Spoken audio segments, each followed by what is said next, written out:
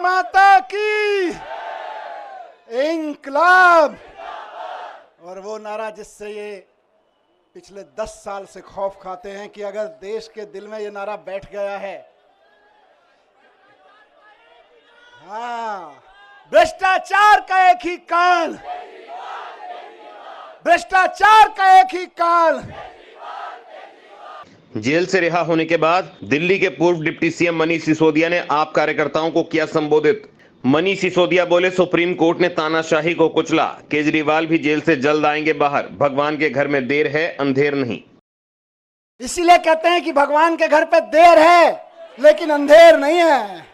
भगवान के घर पे देर हो सकती है लेकिन अंधेर नहीं हो सकती है। इनकी तो बड़ी कोशिशें करी इन्होंने, संजय भाई के ऊपर, मेरे ऊपर, अरविंद जी के ऊपर, पार्टी के और नेताओं के ऊपर। देश के सख्त से सख्त कानूनों की सख्त से सख्त धाराएं लगा के इनको बंद कर दो झूठे सच्चे केस में, और ऐसी ऐसी धाराएं लगा दो जो दुनिया भर में आतंकवादियों के ऊपर लगाई जाती हैं। ऐसी ऐसी कानूनों की धाराएं लगा दो जो दुनिया में ड्रग माफिया के ऊपर लगाई जाती हैं। ऐसी ऐसी धाराएं लगा के इन्होंने सोचा इनको जेल में बंद कर दो, तो जैसे आतंकवादी को जेल में डाल देते हैं तो सड़ता रहता है, जैसे ड्रग माफिया को जेल में डालते हैं तो दुनिया में सड़ता रहता है। इन्हें लगा अरविंद केजरीवाल, मनीष सिसोदिया और संजय सिंह को भी जेल में डालेंगे तो सड़ जाएंगे। लेकिन आपके आंसुओं की कीमत है ये, आपके आंसुओं की ताकत है ये कि जेल के ताले भी पिघल जाते हैं।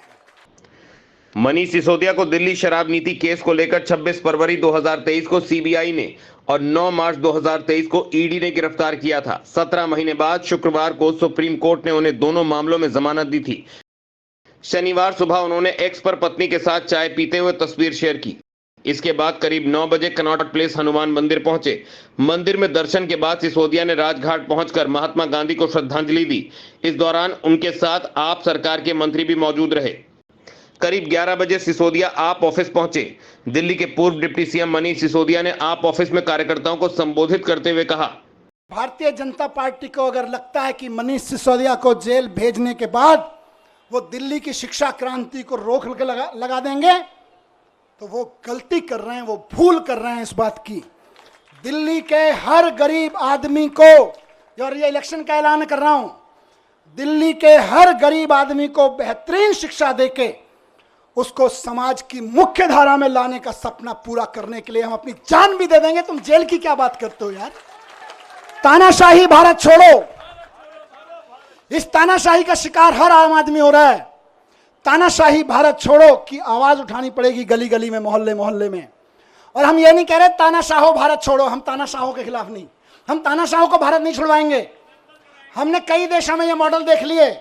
वो क्या करते हैं कई तानाशाह, वो बड़े बड़े आंकड़े दिखाएंगे, देखो हमारी इकोनॉमी इतने मिलियन ट्रिलियन फिलियन पहुंच गई, जीडीपी फीडीपी के आंकड़े इतने बढ़ गए।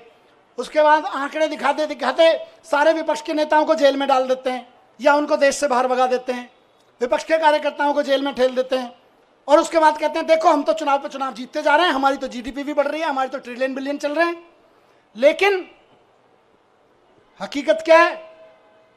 वो कई देशों की जनता ने दिखा चुकी है कि भाई हम तो तानाशाहों को बाहर भगा देते हैं, लेकिन हम भारत हैं, हम विवेकानंद की, गांधी की, नानक की जन्मभूमि है, हम बाबा साहब की जन्मभूमि है।